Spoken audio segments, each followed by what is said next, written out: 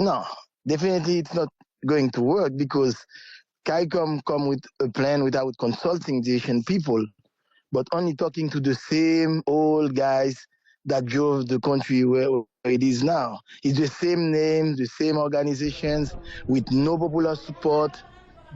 I don't know why the international community want to take that path, but it's clear for everyone living here in Haiti that we're not going anywhere with those kind. They are the same guys that were working with Ariel Henry for 3 years. Hmm. They are the same guys that were in 2004 that seized power after Aristide's departure. And the only thing they did is exemption of taxes. So those guys don't talk and don't represent the people of Haiti. So everybody knows it's not going anywhere. So you think the chaos will just continue and this solves absolutely nothing? But I think we will still have popular demonstrations on the streets because no one is going to accept that. CARICOM has no legitimacy to do what it's doing. And the people that they chose, they have no popular support, no popular legitimacy, nothing. So it will fail. So look, let's talk a little about the gangs, which I think is a big topic that the CARICOM agreement ignored. You have talked about amnesty for the gangs. I mean, why would you grant amnesty to gang members?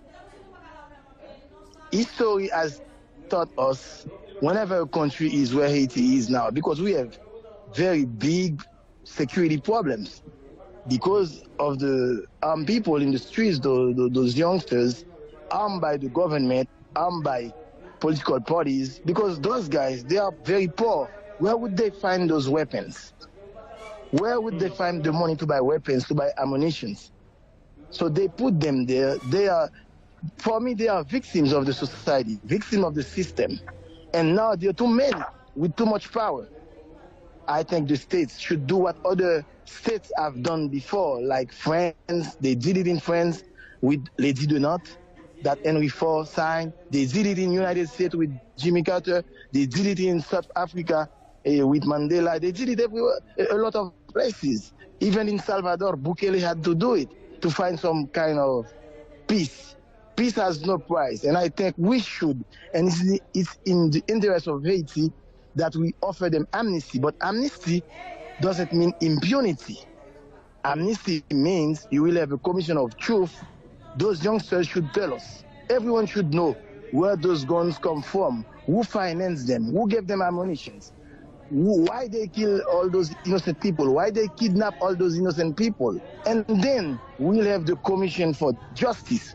They will be punished. Justice will be served. And after that, if they cooperate with the states, helping us, because what we want is that kind of problems not to come back again. So we will consider to pardon them. And after the pardon is reconciliation, because we have to be able to live together here in Haiti in peace, in harmony.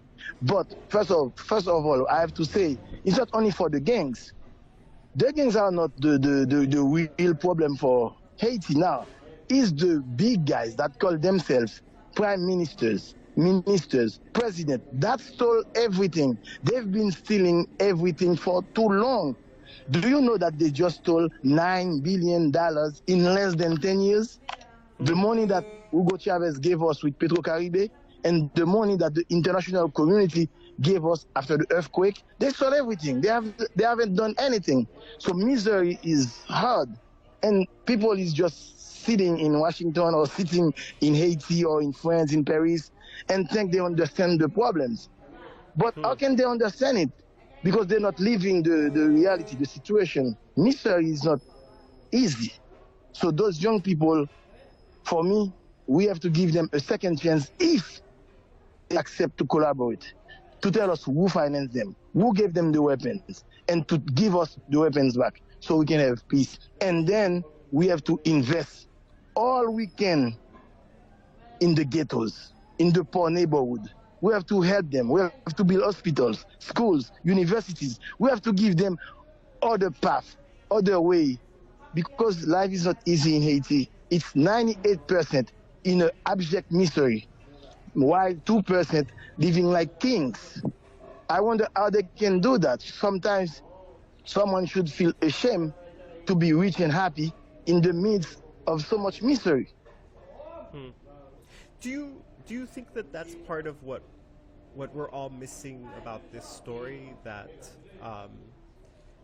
that the center of this story is that Haitians are sick of an elite that has driven this country into the ground, that has exploited this country into nothingness, and that's what we're seeing? I mean, do you think that that's central to this story? Yeah, I think it's misery and that. Yeah, it's no one wants those kind of elite to keep on ruling. They haven't done anything. They haven't created wealth. We're in total misery here in Haiti. So people is tired. It's been too long, and we want to take another path, and we'd like to ask the international community to help us toward this new path. But the international community seems they don't understand the reality. They don't understand anything about Haiti. They just receive some kind of reports from their embassies, from their friends in Haiti, or those friends belong to the elite that tell them this is what they think, who is good, who is bad. They come here with some cliches and decide according to those reports who's good, who's bad, and every time they commit the same mistake. This time, please help us make them understand that we're not enemies. We don't hate them. We just want them to understand that we Haitians now, we want to live with a little bit of dignity, of decency. We need their help. We need a quality help, not those bags of rice or beans. No, not that helps. We need a good and quality help. Please tell them that for us. Yeah. So look, I think I've lived in South Africa. I've reported in Kenya and Rwanda, and 7 years I spent in Africa, and I think one of the things about the gangs that I think is very difficult, right, is that in Haiti is they've been ruthless to people. I've been at the displacement camps and heard those stories. You know, they've killed and they've raped, civilians. Do you think getting the elite is enough? Do you think that would be enough justice?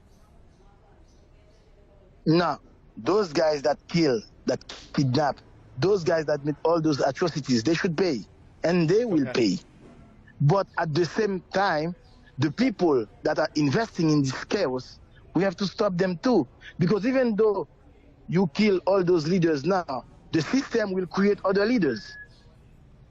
That's what they've been doing for too long, forever.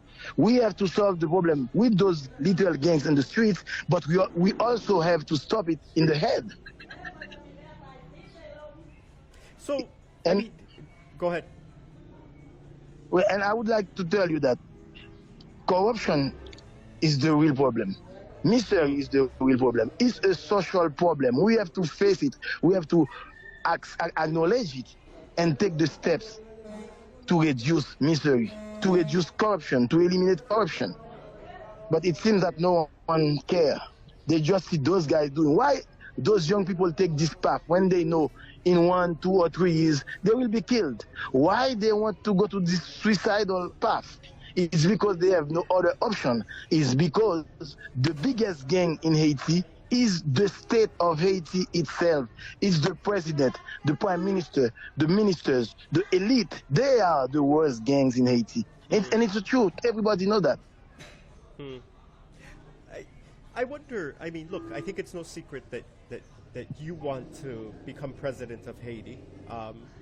What legitimacy do you have to lead? I'm telling you, I only have 3 months here. I was kidnapped by American soldiers while I was a sitting senator. They violate national and international laws because they wanted to silence me, because I was telling the truth. They accused me with no proof, with no evidences. They forced us to accept their plea agreement. I wrote a lot of letters. I wrote to NPR too, to everyone, to tell them my case. That's what they did to me. The only legitimacy I think I have now is the popular support. No one can ignore it. My countrymen, my people accept my message. And you can make any poll, and you will see more than 80% of Haitians accept that kind of lead. Why the international community doesn't want it? Why they think they can say, okay, Mr. Philippe, you've been to prison, you cannot be president. Didn't Mandela went to prison for terrorists? Didn't Hugo Chavez? Didn't Lula? Didn't Petro in Colombia went to prison? Aren't they great leaders? Aren't they friends of America and friends of everyone? So why they think here in Haiti, my people doesn't have the right to decide what kind of leaders they want and they need?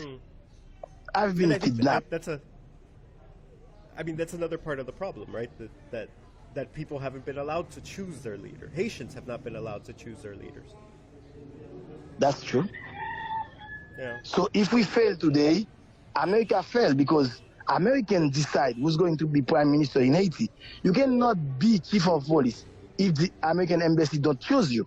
It's the truth. Everybody knows it. So now if we have this kind of insecurity problem, the security problems, America, France, and Canada should ask themselves, what is happening?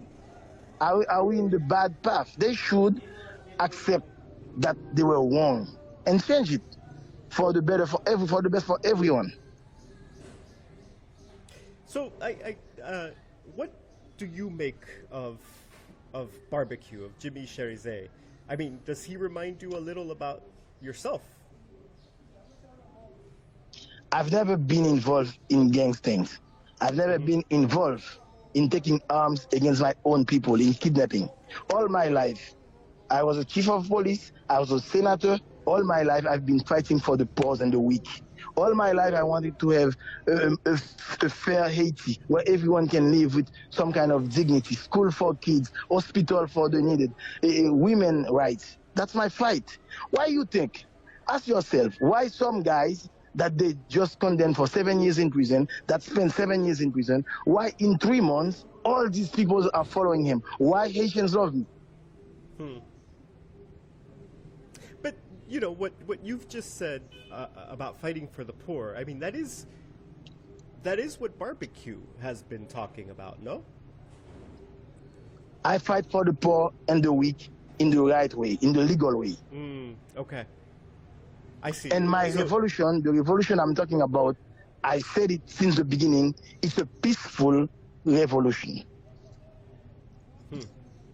So you don't believe in, I mean, I look, here's what I think someone would say. I think someone would say, look, these guys, they're gangs and they're ruthless, but guess what? They managed to make the prime minister say he was going to resign. They accomplished something that a lot of talk in Haiti had not accomplished.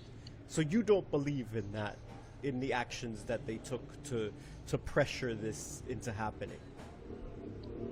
I don't believe in violence. I mean, I believe in dialogue, and I believe that if we have good governance, if we reduce poverty and misery, we can have a better Haiti. That's my fight.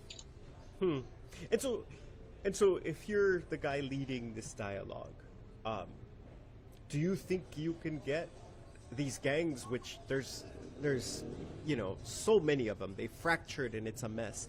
Do you actually think you can dialogue with them? Or is it going to be a Bukele type thing that you're just, you know, is it ruthless or is it right, or is there a dialogue there? Who said that Bukele is ruthless? I think he's done a great job. I think he's doing a great job in Salvador. Peace have no price. He threw 70,000 people in jail.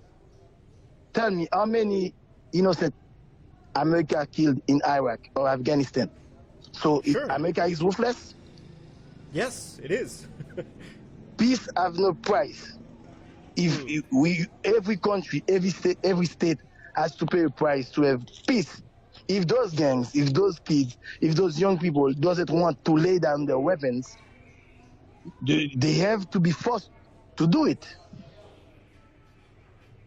Wow. So you would say if what you have to do is what Bukele did, you go that route. I said I like his style. But Okay. first of all, we have to give the youngsters a way to lay down their weapons.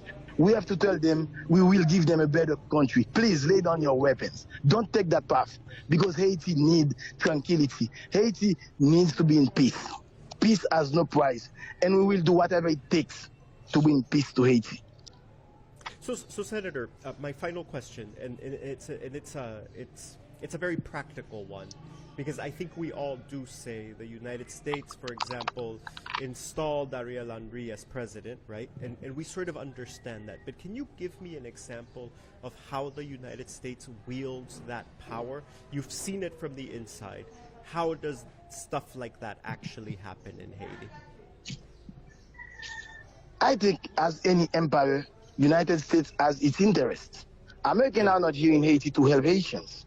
The embassy is in Haiti to make sure they protect American interests. It's up to the Haitians to defend their interests too, while accepting that we're dealing with a big empire. That's what we never do. Haiti has bad interlocutors. The problem is not the responsibility of America. America is an empire. That's what empire does. The problem is our leaders, our president, our prime ministers that don't have the gut to talk to the American and say, yes, I know you have your interests, but we too in Haiti, we have some interests, and we would like to ease the misery of our people. Please help us. Give us quality help. I think that's what America should do. Find other interlocutors. Accept that they were wrong. The path they took were wrong. And you will see everything will be okay. But I'm asking you, like, when you were a senator, when you were chief of police, I mean, what does this American meddling look like? I mean, do they send, like, you know, the U.S. ambassador to talk to you and tell you this is what you need to do? Is that how it works?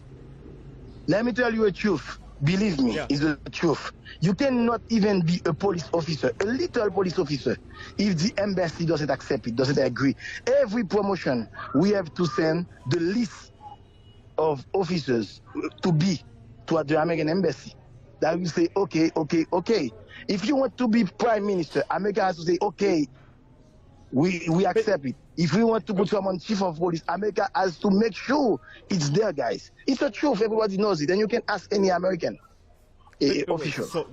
But when you were chief of police, you would have to send your promotions or your officers to the American embassy to get them approved. Like, you saw that with your own eyes. And I live it. I had to have a meeting. It was a presidential order.